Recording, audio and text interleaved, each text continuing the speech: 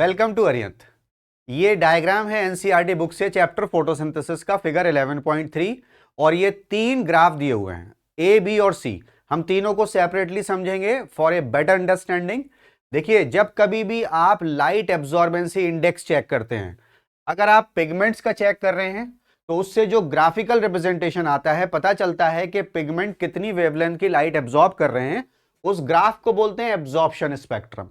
और जब कभी भी कोई रिएक्शन, सपोज फोटोसिंथेसिस हो रहा है, तो हम ये चेक करना चाहते हैं कि फोटोसिंथेसिस के टाइम पर या फोटोसिंथेसिस के प्रोसेसिंग के टाइम पर जो लाइट एब्जॉर्ब हो रही है उसका जो ग्राफिकल रिप्रेजेंटेशन हमको मिलता है, that is called action spectrum.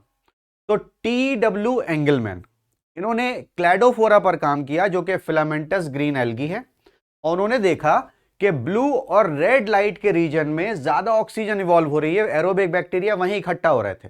तो एब्जॉर्प्शन और एक्शन स्पेक्ट्रम तैयार किए गए। यहां से हमको यह भी प्रूव करना है कि photosynthesis occurs due to light absorb by chlorophyll, या क्लोरोफिल ही फोटोसिंथेटिक पिगमेंट है। तो आइए बच्चों, सबसे पहले हम यहां पर देखते हैं कि ये देखिए वेवलेंथ है नैनोमीटर में 400, 500, 600, 700।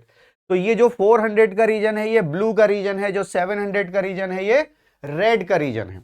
तो यहां आप ये समझिए कि जो पिगमेंट्स हैं like chlorophyll A, carotenoids, chlorophyll B, ये 400 की रेंज में, दैट इज ब्लू रेंज, उसको एब्जॉर्ब कर रहे हैं, और 700 की रेंज में, दैट इज रेड लाइट, उसको एब्जॉर्ब कर रहे हैं। तो ये एब्जॉर्प्शन स्पेक्ट्रा है क्लोरोफिल ए, बी और कैरोटीनॉइड्स का। Alright, moving on to the next diagram, this is action spectrum of photosynthesis.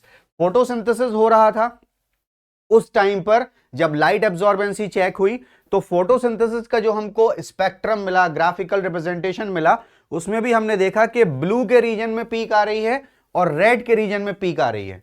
तो टी.डब्ल्यू. एंगलमैन ने क्या किया, इससे पहले जो आपने देखे absorption spectrum of chlorophyll and action spectrum of photosynthesis, इन दोनों को सुपर इंपोज किया, चेक करने के लिए, कंपेयर करने के लिए क्या ये दोनों सिमिलर हैं।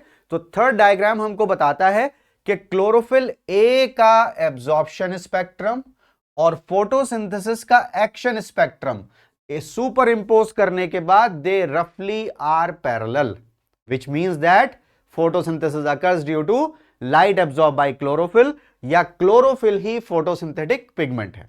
Thank you.